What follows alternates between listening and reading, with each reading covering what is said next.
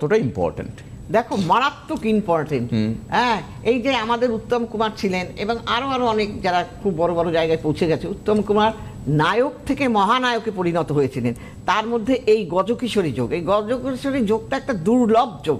মানুষ মাত্র 17 বছর বয়স থেকেই তার উন্নতি হতে শুরু করে। আচ্ছা, হ্যাঁ, তাহলে এই একটা যোগ, মারাত্মক যোগ। বেশ। হ্যাঁ, তো এই যোগ যদি কারোর জন্মছকে জন্মকালীন থাকে, সে তো যেমন উত্তম কুমারের ছিল, আর যাদের মানে কিছু সময়ের জন্য হয়, সেখানেও তারা লাভবান হয়। আচ্ছা। সেই সময়টুকুর জন্য তারা লাভবান। তার মানে আজকের দিনে যারা জন্মগ্রহণ করবে তাদের খুব ভালো হবে, মানে জন্মকালীন ছকে, জন্মকালীন গজকিশোরী যোগ নিয়ে জন্মাবে।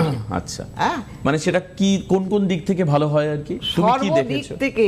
আচ্ছা, সর্বদিক থেকে একটা মানুষ যদি 17 বছর বয়স থেকে শুরু হয় তার অর্থের প্রাচুর্য, সে বাড়ি গাড়ি সব করে ফেলতে পারবে। আচ্ছা। মানুষ তো অর্থটাই, নাম যশ সবকিছু হবে, সবকিছু।